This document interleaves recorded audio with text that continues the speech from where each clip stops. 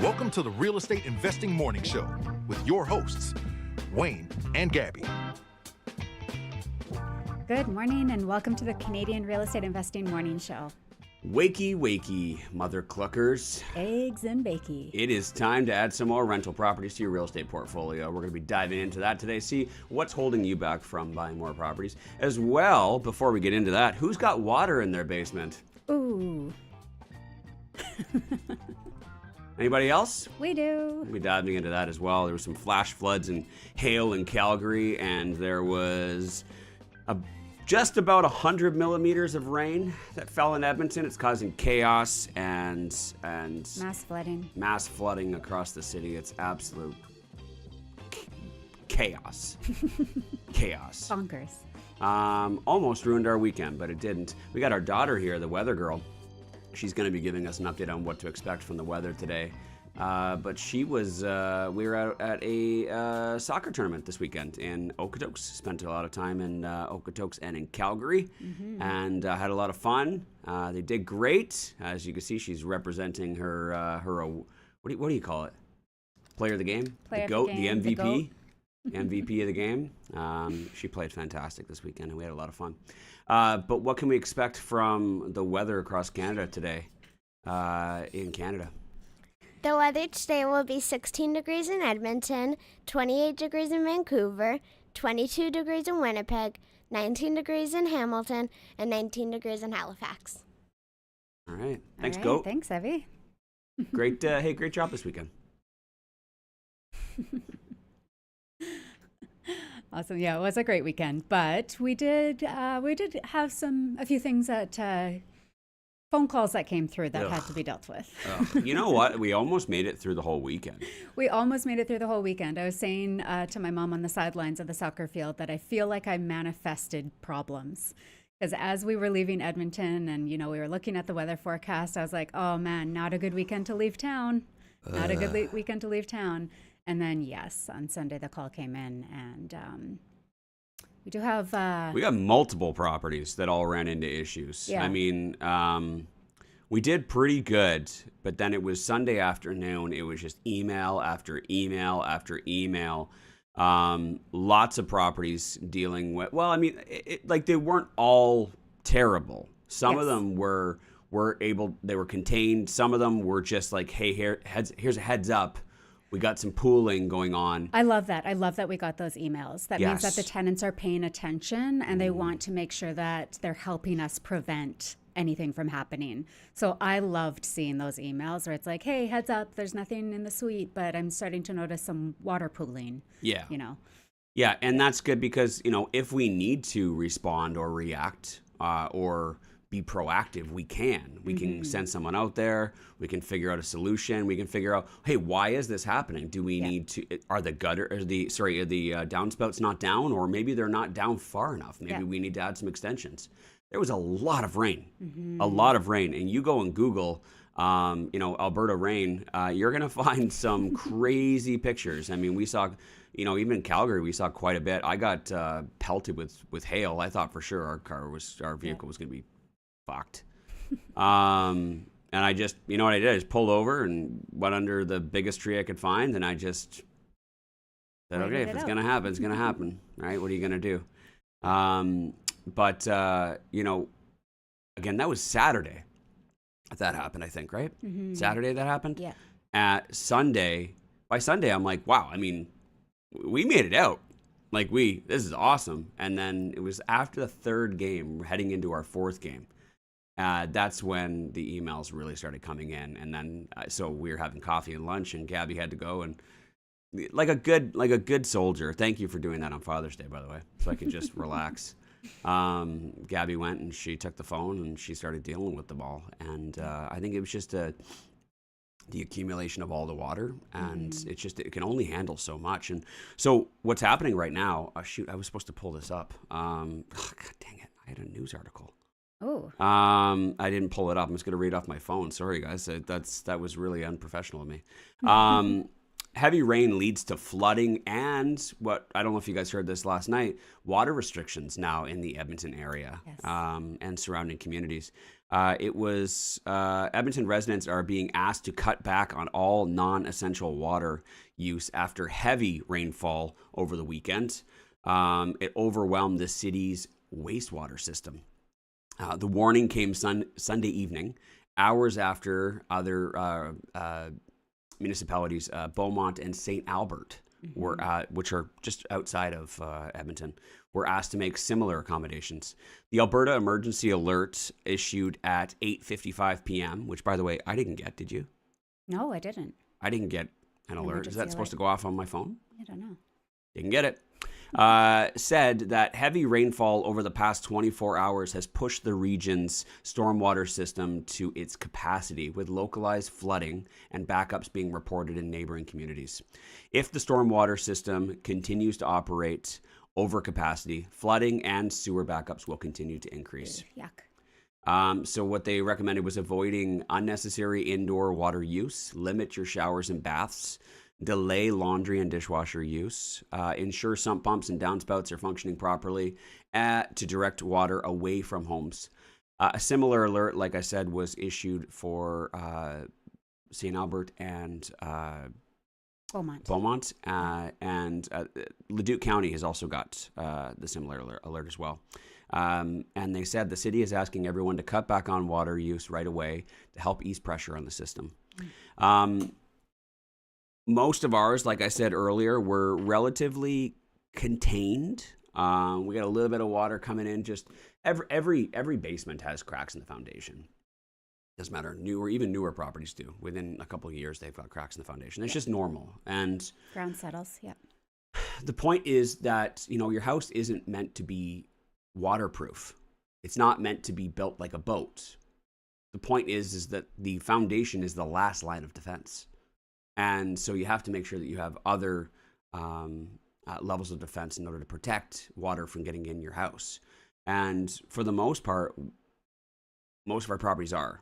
But when you have that much water building up, sometimes it can happen. Gonna And find your weaknesses for sure. the one property that did, unfortunately, we have a garden suite under construction there, and the grading isn't perfect right now.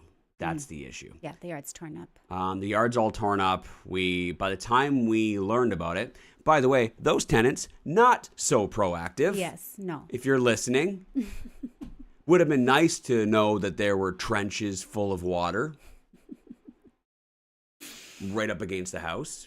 Would have been nice. Would have been smart, rather than waiting until the water got in. But of course, the water got in, and unfortunately, there's some basement suite tenants that need to be displaced.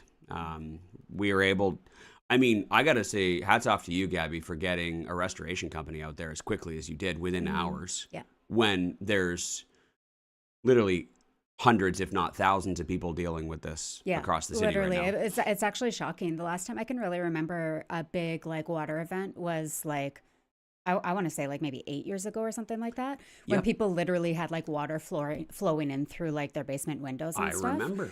And trying to get a restoration company out was we'll see you in a few days. Good luck. Go get buckets, go get whatever equipment. And people were having trouble finding the equipment in Home Depots and stuff to start bailing themselves out, those little electric pumps and stuff. So yeah, I was feeling pretty proud of myself and relatively lucky that within a few hours we had the situation under control. Did you put a post out on social? I did. I put a post out on social. We had somebody in our community make a recommendation. Thank you, Angela. It was Yes, Angela, right? Yeah, thank you, Angela. And yeah, they have been absolutely wonderful to work with and very good with their communication and very happy, very pleased. It's incredibly lucky. But again, luck is when opportunity meets preparation. Mm-hmm. So, the fact that, we built such an amazing community and got so many great people around us that it helps, right? Yeah. Building your network is definitely helps when you need it, right? Mm-hmm. So a big shout out to the network. For sure. Thankfully, it could have been a lot worse. I hate saying that. I hate how incredibly numb we are to it. For sure. I hate that There was no stress. There was a basement suite. I don't want to call it a flood because it wasn't like a flood. It wasn't like water was like, No, it was just wet carpets. I hate that a basement suite tenant has wet carpets and has been displaced. And we had to call a restoration company in the middle of Father's Day, in the middle of a soccer tournament. And that we just went to bed like nothing. Yeah. Because that was one of the easiest things that we had to deal with this year. So it's like we are so incredibly like buff. Like we are so buff to problems. Like we have calloused hands. We have calloused hands, and we've been working out. Like, what is the term? Swole? Is the term swole? Yep. Yeah. We are so incredibly jacked when it comes to working out, working through problems like this. That like this was. I'm so shocked that I was just so chill. And that I was just playing soccer with the kids. Well, Wayne, it's really funny because I was on the sidelines like our game hadn't quite started. They were just about to start warming up. And I was on the phone with a restoration company and they're getting all the details. And I was like, it was windy and, the kids were screaming. And I was like trying to like listen and get the information that was needed. And then one of the other coaches comes up and he's like motioning like, can I get some war paint? Can I get some war paint? And I'm like, yeah. Just one minute. I'm just on the phone. Just give me a second. And, like finish up there, hang up, run over, funny. putting the war paint on coaches. And I went to the other coach. I'm like, oh, she's just dealing with a flooded basement right now. He's like, oh my God, I'm so sorry. I'm like, nah, it's not a big deal. She's cool. She'll get you in a minute. Yeah. It's always fun to kind of look back on those moments. And it was like, wow, that would have probably been super stressful, back to past Gabby. Yeah. And like, you want war paint and I have a flooding basement. I'm on the phone with the restoration company. Are you kidding me right now? But yeah, it's just kind of like one of those fun moments. That's our business. And, we have systems in place. It's not like, we pull out, the filing folder with like system, 23B, that explains what to do in the situation. We just know what to do in this situation. Yeah. Right? We know who to call. We know how to handle it. We know what we can control and what we can't control. And then that allowed us to be able to focus on what we could control and then enjoy a really great soccer game. Yes. Right? Yeah. And so that comes with experience. And that also comes with, again, just understanding how to handle different situations. And if you have the right systems, you have the right people on your team, it's very, very, very easy. It makes it easy. So that's what we encourage all of you guys to do is please do not just wing it. When it comes to real estate investing, there's going to be storms like this, literal storms, that will come in and that will challenge you. And, as long as you build a good ship, you're going to be okay. And we managed to survive this storm, the literal one and the figurative one, this weekend. And we didn't let it affect our life. We didn't let it affect our business or our personal life. And we dealt with it. We're dealing with it. And we're moving on. And I got a home inspection today that I got to go see. And then while I'm driving around, I'm going to go check on we have a few vacant properties as well that I'm not too concerned about those ones. We've never had issues. But I'm going to go check on those properties to make sure they're good. And then go check on the home inspection because we got another property that we're purchasing. And then we're taking possession of like a small handful of properties this Friday and selling a property this Friday. We got to make sure that property's not damaged before we get rid of it. It's going to be a busy week, but not letting it deter us. So guys, does this all sound fun to you or does this sound intimidating? I'm curious. Do you think that would excite someone or do you think that would deter them? I think it highlights some of the risks associated with investing. So I imagine, if there's somebody who's like, oh, what's this real estate investing? And maybe they're here trying to like learn a little bit, that might be scary. Yeah. But I think for those of us who have been here for a little while that, these are some of the inevitable things that can happen. So yeah. I think that it's just a reminder to be prepared and to have the best systems in place to make sure that this doesn't impact you in a negative way. But this is the type of stuff that would normally scare someone away from investing in real estate. This is the type of stuff that would normally be like, well, what happens when it rains and there's a flooded basement, right? Yeah. What happens when there's a flooded basement and the tenant has nowhere to go? And in those moments, naturally what I want to do is I want to give them the answer.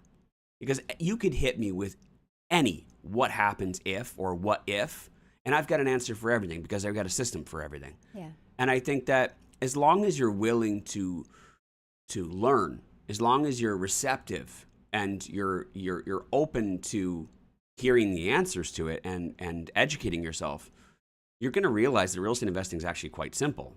You're going to realize that a situation that like most people have never dealt with before, we dealt with in passing yesterday during a soccer tournament, and it didn't even faze me at all. And I went home. I had on the way back, we had a great dinner, and then we went home, we went to bed, and I slept like a baby, right? Yeah. And that I'm curious for those of you guys, I mean, that are interested in real estate investing, do you want to curl up in a ball and say, no, I don't want to do this, it's not worth it? Or do you want to be more like us? You want to be investors like us that are just the type of people that'll be like, hey, this is what I can do, this is what I can't do, this is the business, let's do it, right? Yeah. So if you're one of those type of people that are like, okay, I understand that it's going to be hard, but I understand that anything worth going for is hard, teach me, then you're in the right place. Because this is the place to learn. This is the place to get your questions answered. We broadcast this show live every weekday morning at 7 a.m. on YouTube. You can join us. Just look up the Canadian Real Estate Investing Morning Show, or go directly to my personal channel, Wayne Hillier, and join us live at 7 a.m. And if you're curious about things like this, if you have what ifs, and you're willing to listen to the answers, we will give you the answer to every what if you can possibly think of. And all of our systems that we use that got us to this point where we are just so incredibly chill about it. So you can be chill about it. So that you can overcome these hurdles and these limiting beliefs and barriers that you have built in that are preventing you from moving forward. And I mentioned at the beginning of the show, it's time to build your rental portfolio. Let's do it. Why don't we start right now? Why don't we start on today's show? You guys in the live chat, ask any questions that you have, and we will answer them for you. If there's anything that's holding you back from moving forward, put it in the chat. Now, I know the list. I've heard every single limiting belief. I've heard every barrier. I've heard every hurdle that everyone has ever dealt with in real estate investing. So I promise you can't challenge me. There's nothing that I don't know the answer to, or I don't know where to direct you to.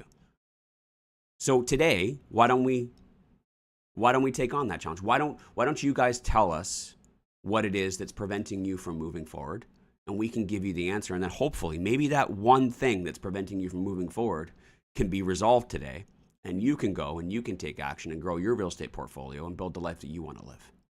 How's that sound? How about I take a quick little commercial break? When we come back, we'll dive into it. And if there's anything we can help you with, go ahead and let us know. We'll be right back. Real estate investors need to treat debt differently than homeowners, and at Kirkland & Brennan Mortgage Group, we understand that.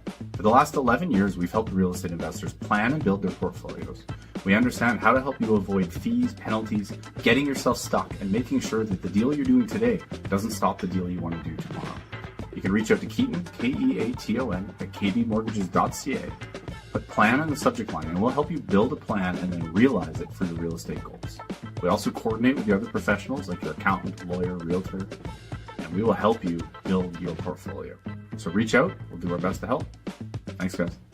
You've got showings, lease signings, suite renos, condo board meetings, credit checks, mortgage financing, and every so often the tenant clogs the sink because they shoved macaroni down there. Stop.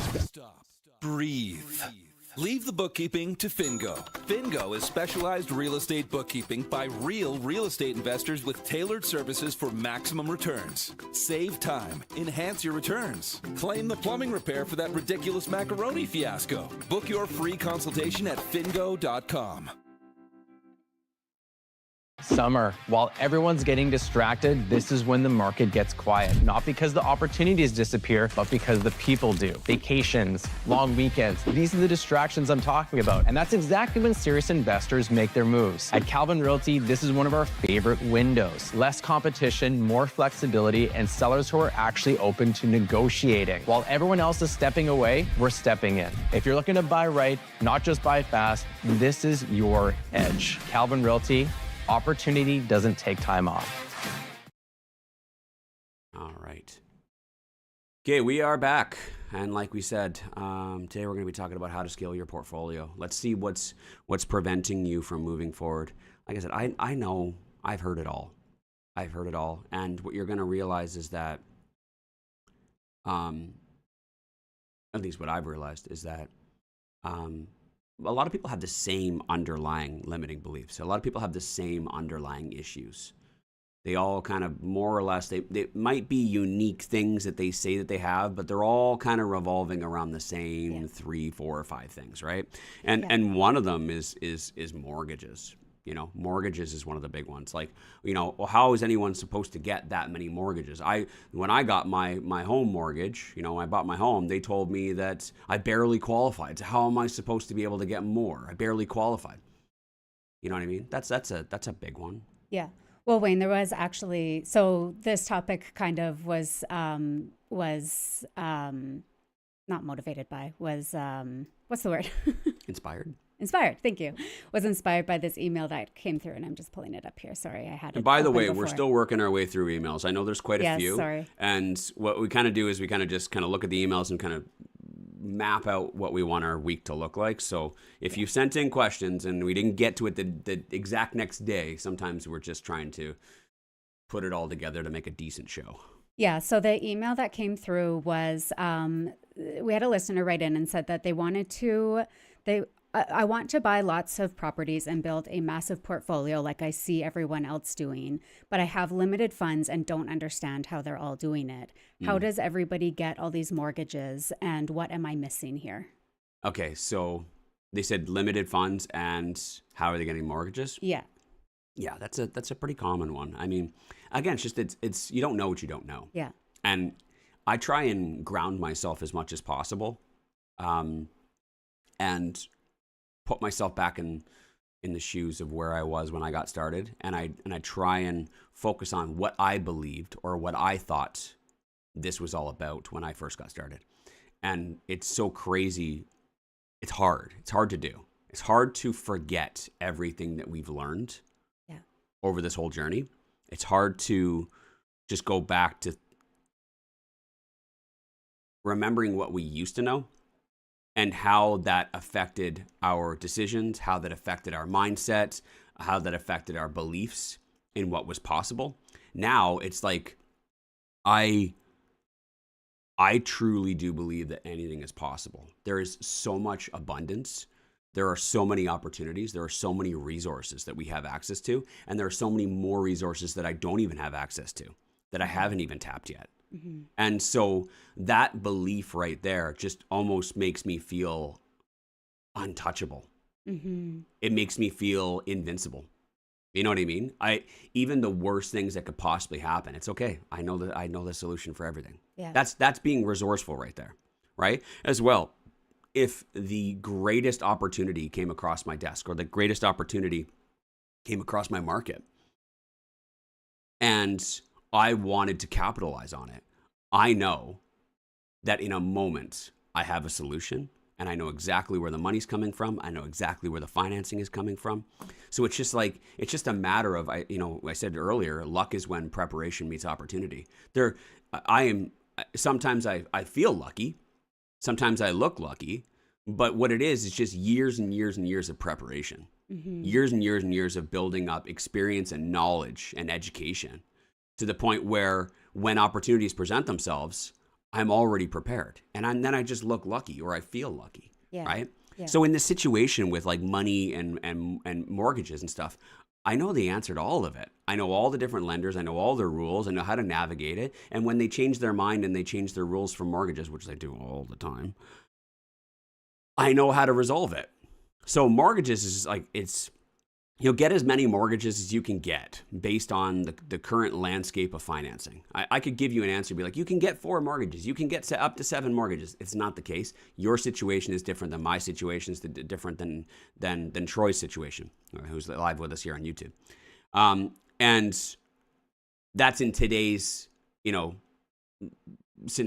today's market.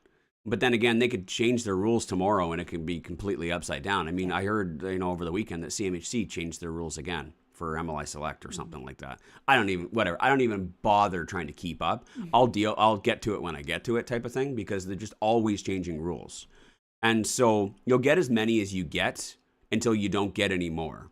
Like a good plan with a mortgage broker can definitely help you avoid a lot of the missteps to make sure that you get as many as possible, like making sure that you have good cash flowing properties, making sure you go to the right lenders first to set you up for the highest probability of getting the most mortgages in the future. There are a lot of things you can do that would automatically screw you up. Mm-hmm. But then there's a lot of things that you can control. You can control what you can control. Like there are some things that, like making sure that you have a good cash flowing portfolio that debt services itself really well is a very good proactive approach and being prepared. Yeah. Making sure that you talk to an investor focused mortgage broker who understands what the current landscape is and what the highest probability is for you moving forward, to go to the right lenders, to get the right products, mortgage products, to make sure that you have the highest probability for the most mortgage in the future. Those are things you can control. What you can't control is rates changing, rents going down. You can't change lender policies. You can't change federal policies. Like there's so many other things that you have no control over. So focus on the things you can control and then just accept the things you can't. So do the best that you can. You'll get as many mortgages as you could possibly get. And then when you can't get them, you just need to know how to pivot and how to adapt to the situation. And I know next is credit unions and seller financing and joint ventures. That's the solution. Wayne, how are you getting so many mortgages? I don't. I have credit unions that I use for when I want to get mortgages, but I try and avoid it as much as possible, because for me, where I'm at right now, the money's too expensive, the rates suck, the terms suck, it's terrible. The only time I ever get financing for myself at my stage at where I am is when I absolutely need to, right? Or for the businesses that I don't bring partners in on. Otherwise, what I do is I utilize my joint venture partners who can get access to more mortgages, and then we just partner up with the right people. They have access to good financing with good terms and good rates, right? And then we split the profits. So there's lots of different ways to kind of work your way around it. But again, if you're open to listening, and if you're writing down everything that I'm saying, there's a solution to everything. There are just some things that you can't control. And you're right. You will not get enough mortgages. The other part is you will not have enough money either. Yes. You're going to run out of money. Most people have enough for like one if they're lucky, right? Yeah. And so what did they say in the email? Like, how are people, buying all these properties? How are they building massive portfolios? Is that what it said? Yeah. Yeah. They want to build a massive portfolio. Yeah. It's actually funny because, like, let's rewind to like day one when I was like first thinking about real estate investing, and you hear these people saying, we're going to build massive portfolios. We're going to become billionaires.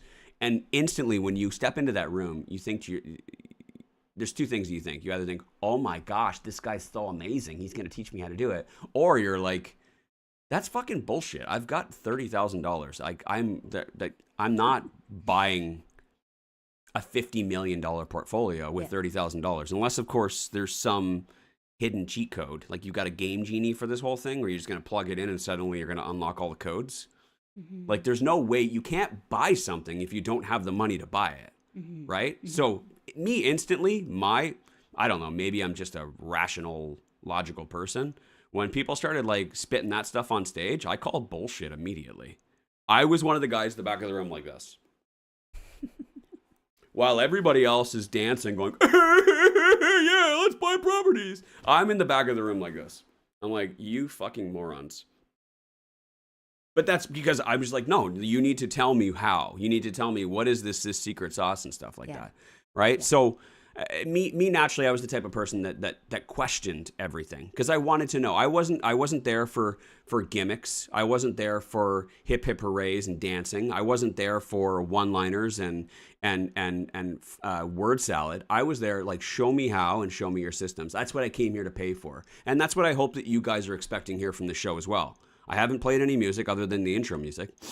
We are not here to dance. We are not here to give you one-liners and inspire you. We're here to give you the answers, right? And I think that's what you guys expect too. You guys haven't paid for anything. There's a lot of people out there that pay for this and they still don't get the answers. But I'm here to give you the actual answers.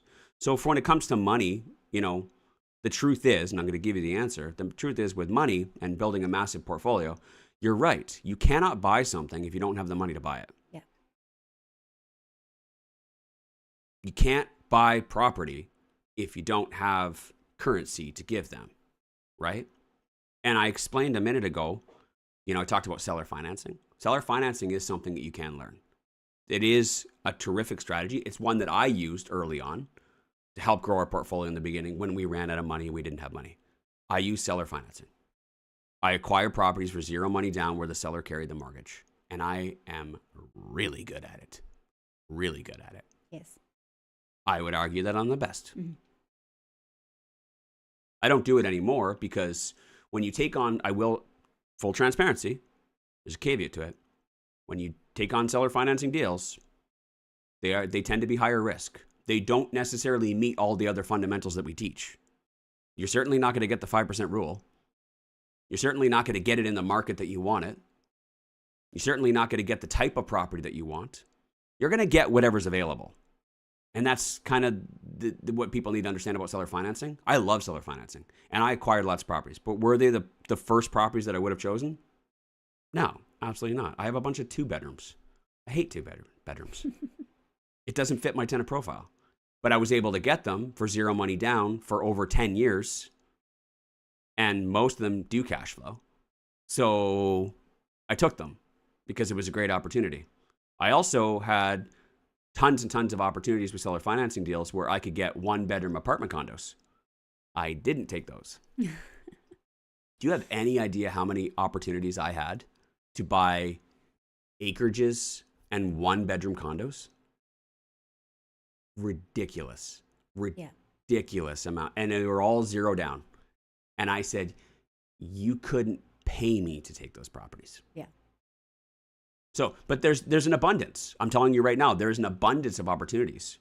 There is an abundance of opportunities to get seller financing deals. There's also an abundance of opportunities to talk about joint ventures as well. Yes. You run out of money, what do? You find people that do have money. Yeah. If you don't have money, what do you have? Well, I have expertise. I have knowledge, I have systems, and I have the right team. Find someone who doesn't have expertise, knowledge, education, systems. Find someone like that who could benefit from the value that you bring, and you could benefit from the value that they bring, their money and their mortgages. Partner up, team up, split the profits, 50-50. That's what I do. That's how I scaled my portfolio. Yeah.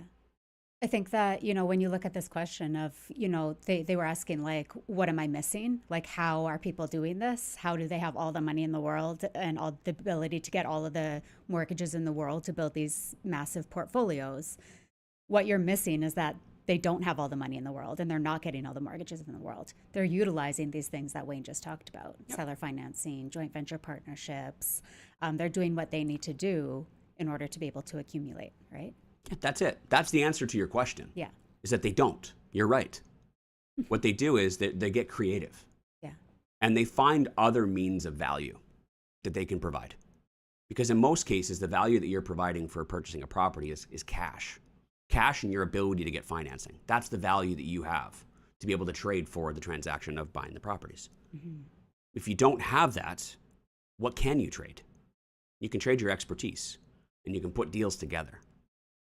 And that's what we're really good at, and that's what we teach our students. We can teach our students very quickly how to find the right properties, in the right areas, that get the strongest cash flow, that have the best fundamentals, that check all the fundamentals, that have the best, profits with the least amount of risk, right? We can teach people how to do that. But then if we're really good at it, and we're very good at teaching people how to do that, then what's going to happen is within a few months or even a few years, all of the cash and the financing that they have available. Now they're like, okay, now I get it. I know how to buy all these things. I know where they are. I know what to do. I know how to set them up. I know all the systems. Great. And then it's almost like they open up their war chest and they're like, they start buying all of them. And then they run out of money. They run out of their booty. Is that what they call? Yeah. Pirates call Pirate treasure. Yeah. They run out of money and they run out of mortgages and they're like, oh crap. It's almost like knowing where the gold is hidden and buried and showing up there and not bringing a shovel or not bringing enough people. You ever see those movies or like those stories about they find where the treasure is, but it's only 2 guys and they're like, I don't know how we're going to get all this gold out of here, excavate it, And how are we going to transport it without somebody else noticing? So they go and they kind of hide it a little bit. It's like there's nothing worse than knowing where it all is and having no means to be able to get it. What you're going to realize is it's not finding the properties, right? It's not having the money. The most valuable thing in this industry is your ability to be able to partner with others. It is the most valuable thing in real estate investing. If you were to throw it all on a table, you know what I mean, and like lay it all out, what's the most valuable part of real estate investing is your ability to put deals together. Whether that be through creative seller financing or through finding people who do have the resources that you need and partnering with them. It's the most valuable thing in real estate investing. The most successful real estate investors are the ones who are putting deals together. The most successful real estate investors are the ones who are able to put together seller financing deals and raise the money to be able to put things together. That's it. So would you say a combination of knowledge and network? Yeah, 100%. And confidence. Yes, of course. And confidence. Yeah. And I wonder though, and I haven't checked on the comments though. Let's check on the comments, and I got a thought to come back to in a minute. How far back do you want to go? I don't know what's going on. I see lots of conversation going on, but I almost feel like I'm about to go somewhere with this, and it's going to be a 20-minute thing. And I just want to make sure that, is there anything there that I can answer, or is anything? I'm here for you guys. I'm not here to ramble on all day. Well, we had a question about if we're responsible for tenant displacement from earlier in the show. Their insurance covers that. Yes, tenant insurance. Yeah. Yeah. Ooh, that's a loaded question. Stuart is worried about communist politicians. How do you manage risk from screaming people who think your house should be theirs? that I feel like that's a deep rabbit hole. Mean the government? Once the government goes too far, which it will, values can plummet. Values would plummet in real estate. How would it play out though? Go too far with what? Okay, so he then says, I'm thinking of the private property case in BC. Those properties are unsellable, I think. For sure. Hopefully you bought right. But I mean, like, did you buy it with the intention of keeping it for 20 years? Or did you buy it and, like, you only lose money when you sell, right? That's a very rare situation, a very rare legal case where, and who knows, we don't know that that's going to happen, but it is a risk. Mm-hmm. It is a risk that, and I'm not going to talk on this subject too much because I have mixed opinions on it. And regardless, I'm going to offend someone. Mm-hmm. And I don't want to offend anyone. I have no stance on it other than if someone is entitled to something, then they're entitled to something. And I think that any good game needs rules. And life is a game. And there are rules in life. There are laws in place that everybody's supposed to play by.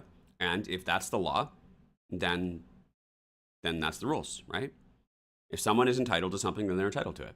If they're not entitled to it, then they're not entitled to it, right? So we'll see how this all plays out because I haven't done enough research into it to determine who's entitled to what. I think it's a very isolated case that I think that people are overreacting to. There you go. There's my opinion. You got it. I think it is not that big of a deal and everybody's losing their minds over it in order to sound smart. If it blows up and turns into something more, and if people are entitled to something, yeah, it might be a risk. But if I were in that situation and I were an owner of a property and the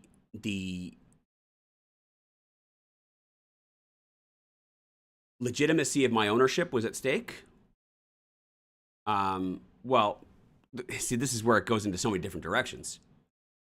You're saying the values are going to plummet. Well, then I just wouldn't sell. I would ride it out and see how this all plays out. And in any good case, if someone bought something that they shouldn't have, there should be some type of, I don't know, restitution is the right word. There's going to be a solution to it. It's not as if someone's going to be like, no, that's my house, yoink. Yeah. You know what I mean? Or that's my land, get off. Get your house off my land. I don't think it's going to be like that. There's going to be some form of mediation and a solution will be found. Mm-hmm. If you think that all land in Canada is going to suddenly not be like everyone is going to lose title to their land that they purchased on a larger scale than that isolated issue, then we have a much bigger problem. And it will not, I don't think that people will be like, should I invest in real estate or should I not invest in real estate? Because I think if I buy a property, then somebody might take my house or take my land. I don't think it's going to get to that scale. I think this is a very isolated issue, which is setting precedents, which may change the rules of the game in the future. But I don't think that's enough for someone to be like, I'm not going to invest in real estate because I think that one day someone's going to steal my property. No, I think it's a very isolated issue. If you hear people talking about it like it's a big issue, they're just trying to get views. They're just trying to get views and they're just trying to get clicks. It's interesting, but like, how big is this area? It's not that big. I will leave it at that. I don't think it's gonna. If it does get any bigger, it's gonna affect literally every landowner in Canada. And whether you should or shouldn't invest in real estate is gonna be, everyone would go bankrupt. So how bankrupt you go doesn't really matter. Do I go bankrupt with 100 properties or do I go bankrupt with one property? You're still going bankrupt. That's my ignorant position on the issue. As things change, I'll see if anything that affects anything. But as it stands right now, that's no reason for me not to. Okay. Earlier Is that you, fair? yeah, absolutely. Earlier you were talking about how setting yourself up right in the beginning, with linking up with a good mortgage broker who's going to help you make those purchases right in the beginning to set you up to be able to get more further down the road. Troy had come in and commented, who is an amazing broker? Who would you recommend for a broker when dealing with high debt ratios? Mortgage broker? Yes. Keaton Kirkwood. Yes. But if you have high debt ratios, no, mortgage brokers aren't magicians. Mm-hmm. I see it all the time. And by the way, this isn't anything that I say in the next few minutes is not directed towards you at all. I'm just answering the question. See so many people that are like, hey, find me a rock star mortgage broker who can get me across the finish line for this property. You can jump through fiery hoops. Fiery hoops. I've got bad credit and my portfolio shit. Like, and I see those posts. I don't even tag Keaton. Yeah. Because I'm a good friend. It's a waste of his time. Why would I even tag Keaton? Because this is just like, this is someone that's expecting miracles. And if you want to do things right, you set it up like Gabby said, and like I said earlier, you set it up properly from the beginning. You don't just go and buy a bunch of shitty properties, build a shitty portfolio, and then be like, come on, magician, fix it. I got a great deal. Get it across the finish line. That's not their job. And they're not getting paid enough. They're not getting paid any more to deal with your shit file than a normal one. So they would more likely want to deal with the good ones. Are they getting any credit for this? So anyways, back to you. And again, none of that had anything to do with you. If you got high debt ratios, solve your debt ratios. Right? That's it. Yeah. Or if you're not qualifiable, then find somebody who is qualifiable. Mm-hmm. Yeah. Right? That's the answer. Is that if you got a problem that you can't solve, stop trying to like cram a square into a circle peg and find another way around it. Find somebody who can qualify for the mortgage. They're going to probably get way better rates than you're going to get anyways. Even if they do manage to get you across the finish line, it's going to be shitty terms and shitty rates. And it's going to affect the profitability and the risk level of that deal. Why not find a joint venture partner and get them to carry it? That would be the solution for it. And that's honestly the case with a lot of my deals too. I can't get great financing anymore. The financing that I get compared to the financing that my partners get is like so ridiculously different. Right? In a lot of cases, my deals would not be nearly as good if I had to get my own financing for it because of where we're at and how much we have. Right? We have to go so outside the box. And it's possible I can get more mortgages, and I can say that confidently. You can continue to keep getting as many mortgages as you want. But how good are those deals going to be when you get those shitty terms and shitty rates? You're so much better off finding people who can see the value in you and you can see the value in them and creating a wonderful partnership. Mm-hmm. That's the answer. I know it might not be the answer that you want to hear, but I'm not just going to say, go call Keaton Kirkwood because he's going to be like, dude, why are you sending me all these shitty files? No, like, no offense. Like, and maybe he might not say that like that, but that's just that I think the solution to the problem is if you've got bad debt servicing and the banks don't want you, then you should Really focus on the things that you can control and not the things that you can't. Yeah. Right? Yep. Okay, we're good. What rabbit hole did you want to go down? Well, here's all of it. Is all of this comes down to, and all of everything that I'm saying with so much strength and confidence and tone is all because I'm confident in what it is that I'm saying. I'm confident because I know the answers to everything. And I think that all these things that we talk about finding money, getting mortgages, finding deals. I'm surprised nobody said finding deals. I'm surprised nobody said, I don't know where the deals are. I don't know what a good deal is. Or even like finding contractors. I'm surprised nobody said that either. You know what I mean? There's lots of people that do the BRRRR strategy and fix and flips and like things like that. There's a lot of things that I know that each and every one of you guys need. And there's a lot of things that I know that even if I did give you the answer, you still wouldn't do it. And I think that has a lot to do with a lack of confidence. I think confidence is actually one of the most important things that investors need that they don't have. Yeah. And I think that they don't have confidence because they've never done it before. Yeah. Well, I think that confidence is really built upon both knowledge, first obtaining knowledge, but then also putting it to practice. Mm-hmm. So in other words, really taking action, right? You can't build confidence simply from knowing something, and you can't build confidence simply from doing something without having the knowledge to do it right. Absolutely. So you kind of need those two to come together and marry each other in order to really build the confidence to make it repeatable and have that ego. Well, that's why our students, like I said it earlier, that's why our students run out of money so quickly.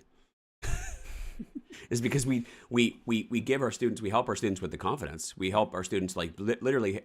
I think that joining like a program like REI Masters and having unlimited access to us and unlimited access to be able to review deals and things like that, that's going to give a certain level of confidence. Maybe you've never done it before, but at least I know that if I've got something, if I've got a question or if I've got a deal, I can literally pass it on to Wayne and Gabby and they'll give it to me straight.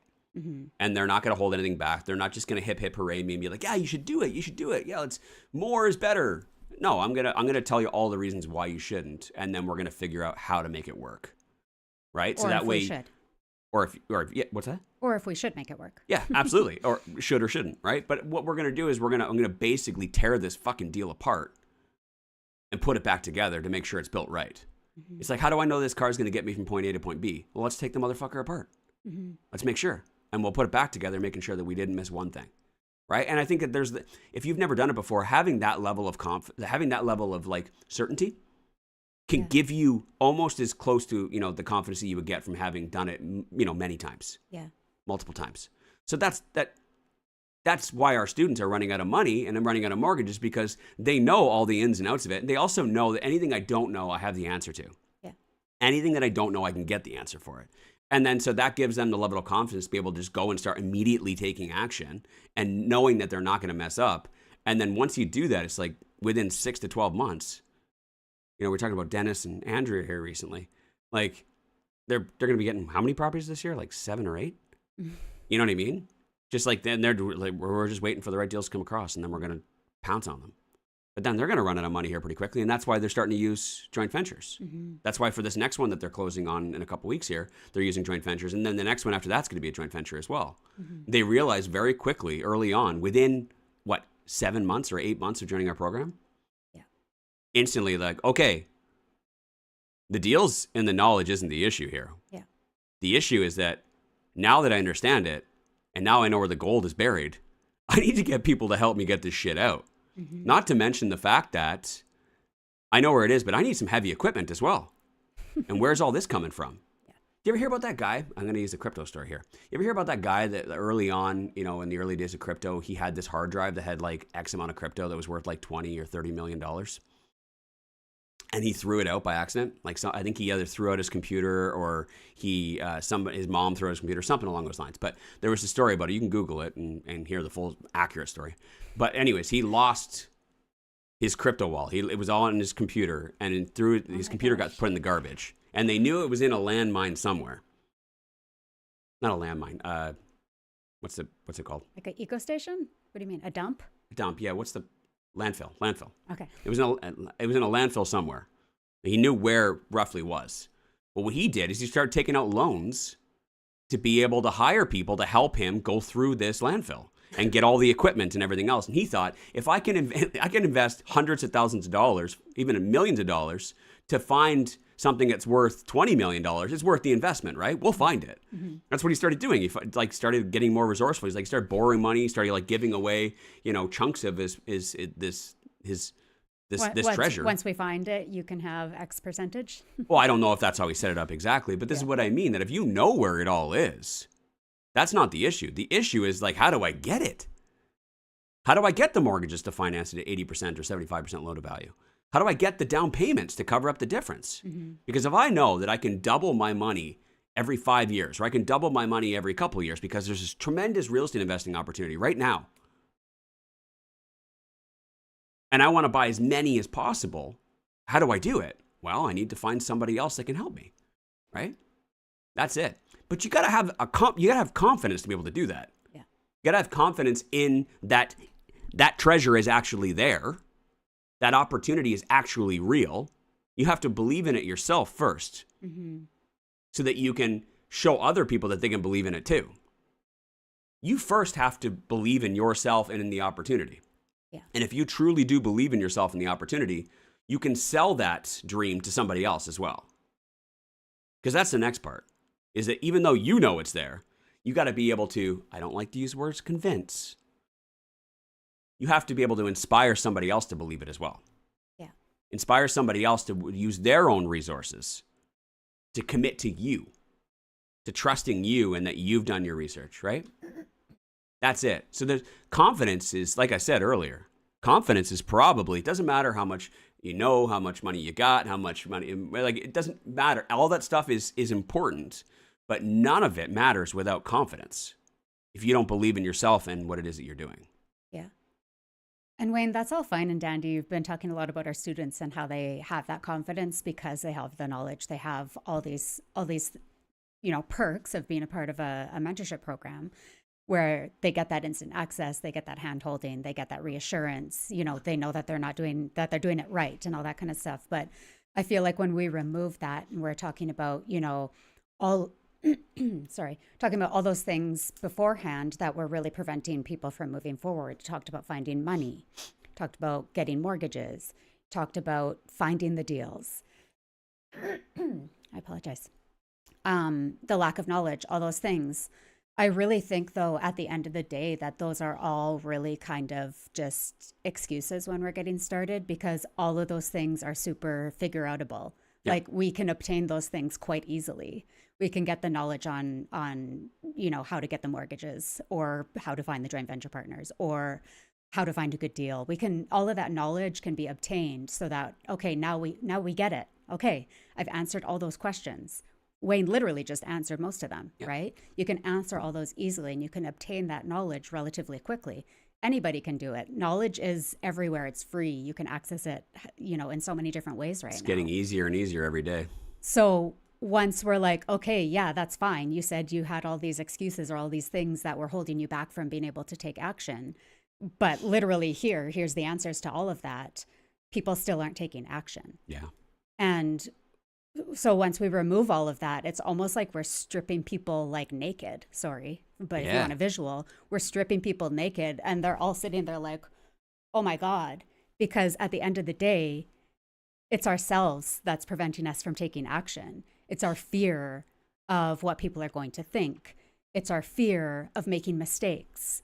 It's how we were programmed as kids to think about, about money, about abundance, about scarcity, about all these things. It's everything that's beneath all of our clothes and underneath our skin that's stopping every single person from taking action. Mm-hmm. And it's the people who are willing to step outside of that comfort zone, or if you can even call it comfort. We call it comfort because it doesn't make us, it might feel yucky. It might feel yucky that we have all these limiting beliefs and stuff, but at the same time, it's just what we know. So therefore, it's labeled comfortable, right? It's standing on stage naked and not being worried about being judged. Once we're able to take that step outside of that comfort zone, it's like all of a sudden this whole world of possibilities opens up. But you need to want it. Yeah. You need to say, I'm willing to do things that are going to make me feel extremely uncomfortable in order to build something better, in order to have a better life, in order to leave something behind for my children, in order to retire comfortably, in order to not be affected by the affordability crisis and all this stuff that's happening in our world today that's really scary. We have to look inside ourselves and say, I want more. And I am going to strip all of my clothes off and walk onto a stage in front of thousands of people and say, I'm taking my piece. I want more. I'm going to have more, and take those steps into that discomfort. Otherwise, like if we can't get past ourselves, then we're just going to take all of those things. How can I find money? How can I find mortgages? How can I find deals? I don't know how to analyze this. I'm scared of condo boards, reserve funds, throw anything. I'm scared of my basement flooding. I'm scared of the tenant trashing my place. I'm scared of the government and they're going to take away my property. I'm scared. And we're going to pile it in front of us and use that as the reason why we never fucking do anything with our lives. Truth. Do you want to be that person? That's the truth. I don't. I'll wrap up today's show with this, that once you understand that everybody is insecure and nobody wants to stand naked, that is one commonality that we all have that is certain. Mm-hmm. And if you're playing a game and you're trying to understand the rules and you're trying to understand how to win, you got to really get a good understanding of the game first. And that commonality right there is incredibly valuable. And I want you guys to write this down, because this is some of the strongest wisdom that I don't share very often. Once you understand how the rules all work and you understand the different, pieces that are in play and the board, and you understand what's behind it, just imagine you're playing Monopoly and you knew which card was next. You know what I mean? Or you're playing Crazy Eights and you knew what was coming next. It's a cheat code. So if you understand that everyone is insecure and everyone is not confident and everyone has that same issue, then you can use that to your advantage. One, if you determine in yourself that I have that confidence, then you're not going to have any trouble. You're going to literally go forth and you're going to do whatever it takes. But if we know that everyone else is like that, most people are like that, then we know that there are potential joint venture partners out there who need someone like you. There are potential joint venture partners out there that will literally give, or there are people out there that will literally give every excuse not to do it, but they want to do it. We know that they want to do it. They're the type of people, like Gabby said, that will literally pile up everything in front of them in order so that nobody notices that they're naked. They're not willing to expose themselves. They're not willing to be completely vulnerable. They're not willing to step outside their comfort zone, but they want to invest in real estate. And if they're not willing to step out from all of those limiting beliefs that they have and all those excuses, then they need somebody else to do it for them. That's you. If you are that person and they can't do it on their own, then it's all about showcasing and highlighting, spotlighting your confidence. And then that's how deals come together. If they're not going to do it themselves, but they believe in real estate investing, they believe in what it is that you're talking about, they need you. You just need to be able to showcase and highlight what it is that you bring to the table. I bring the confidence that you lack. I'm willing to step outside and to learn and to put myself out there and to find solutions. I am resourceful. I am everything that you are not. And if we can partner together, we can get this deal done. I am the missing piece in the puzzle. But you got to be able to prove that to people. You got to also be able to prove it to yourself first. And so what I'd like you guys to work on this week, or today, I don't know why you would fucking procrastinate for the rest of the week. I don't know why you should take the day off work and figure it out right now. That's my opinion. I don't tend to save it till Friday or the weekend.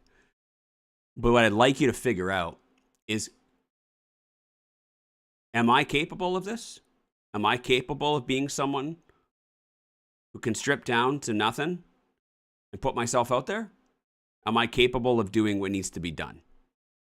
Ignoring the reasons and ignoring, don't focus on I don't focus on the reasons or the excuses. I focus on the solutions.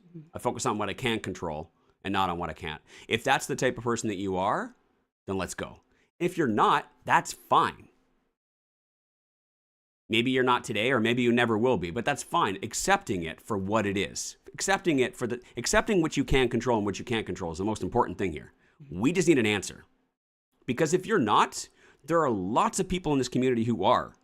You're sitting here trying to figure out, how do I do it? How do I do it? How do we do it? And you're never going to be able to do it.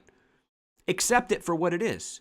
All of my joint venture partners are very, very smart individuals who believe in real estate investing, who came to the conclusion and the realization, I'm not going to be able to do this by myself. Wayne, can you please do it?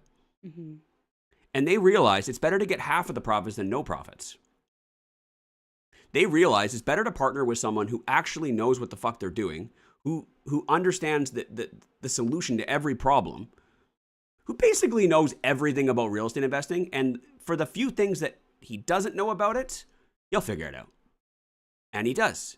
And there's that level of trust. And I'm willing to partner up and get half of the profits from that person than not sit around and just not do anything at all. So figure it out. Stop wasting time. Figure out, do I have the confidence to be able to do this? What do I have the confidence to be able to do here? And if you don't, like I said, there's lots of people here that are. I got one of my students here, actually. He answered one of our questions. He's on the live chat. And so, and I hope you don't mind me saying this, but Manny Escobar is one of our smartest students. He ran out of money. Plain and simple.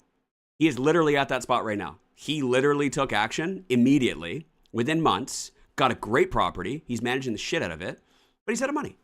And what's he working on right now? He came to the realization, like, okay, I don't have any more money. There's nothing I can do about this. I'm going to be focusing on joint ventures. So he's talking with family. He's talking with friends. He's building it out. He continues to keep showing up every week.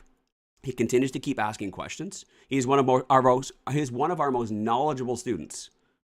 He's one of our smartest students. He knows as much as I do. It is exactly the same as partnering with Wayne. And whatever he doesn't know, he could get the answer from Wayne. You know what I mean? Like, so he is literally as smart as I am. Partner with him. Of course, as long as I'm just saying, like, I'm giving an example. As long as the laws all, follow. Make sure you're not breaking any laws. But like, this is what I mean. Like, find somebody who does. Focus on what you can control. If you can't do it, and you're not going to do it, find somebody who can. Because it's better to get half than it is to get nothing. Mm-hmm. There are people out there that are really, really smart that can solve that problem for you. I just don't want to see people sitting here in this holding pattern, waiting to land, and they're never going to land. You're going to run out of gas. You're probably going to give up. Right? Yeah.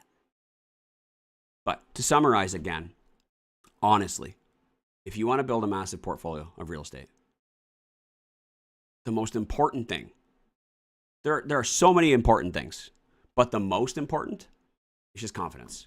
That's it. And after years and years and years of coaching real estate investors across Canada, and after years and years and years of doing this ourselves, we figured it out. It's confidence. It doesn't matter how many what ifs get thrown at us. It doesn't matter how many different situations. It all comes down to confidence. And if you have confidence, you're going to do great. If you don't have confidence, find somebody who does. That's the solution. Plain and simple. Thank you guys so much for joining us today. We really appreciate it. Hopefully nobody else gets overwhelmed with rainwater. I hope that you guys can take this and just start taking some action today. Mm-hmm. Seriously. And if you have any more questions, if there's something that's just holding you back from taking that next step, and if you could just answer this question for me, Wayne, I can literally get started today.